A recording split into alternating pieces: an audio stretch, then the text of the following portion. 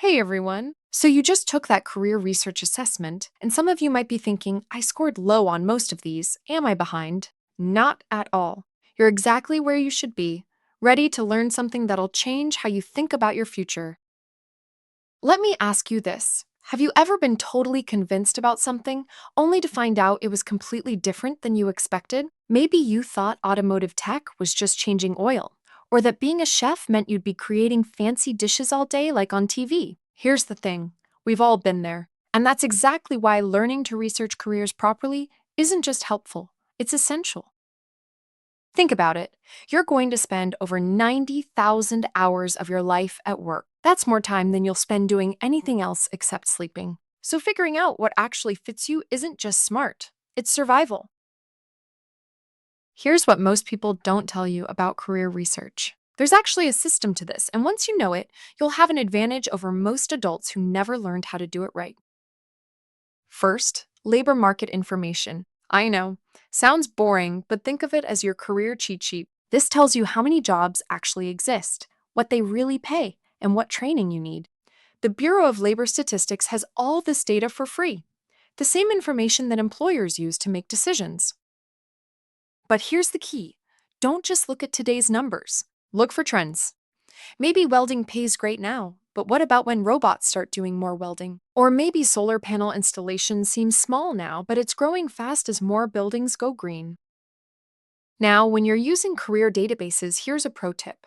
Be specific with your search terms. Don't just search construction jobs, try electrician, plumber, or IT technician. Each is completely different. If you're interested in automotive, don't just look up mechanic, search for diesel technician, collision repair specialist, or automotive service advisor. The more specific you get, the better information you'll find. But here's where it gets really interesting, and this might push you out of your comfort zone a little. The absolute best career information doesn't come from websites. It comes from talking to real people who actually do the work. These are called informational interviews. Most professionals are actually happy to talk to students who are genuinely curious. They remember being where you are. When a cosmetologist tells you what opening a salon actually involves, or when a welder explains why certification in underwater welding changed their career, that's information you can't get anywhere else.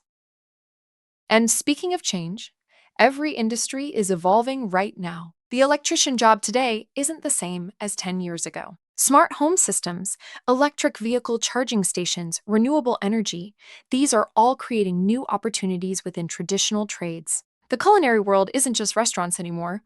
Food trucks, catering, meal prep services, even social media food content.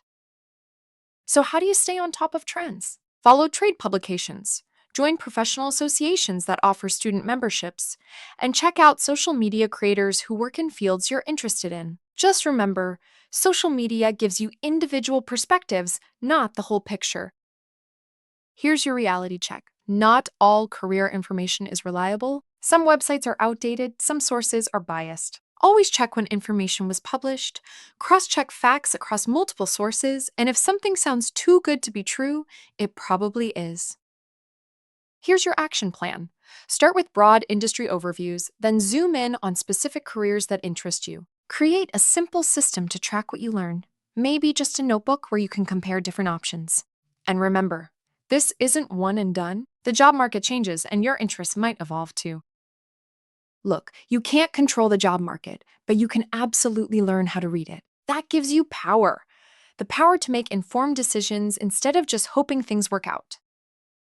Whether your assessment showed you're just beginning or already developing these skills, remember, every expert was once a beginner. The difference is they started somewhere and kept learning. Your future doesn't have to be a mystery. The tools are out there, the information exists, and now you know how to find it. So what are you curious enough about to start researching?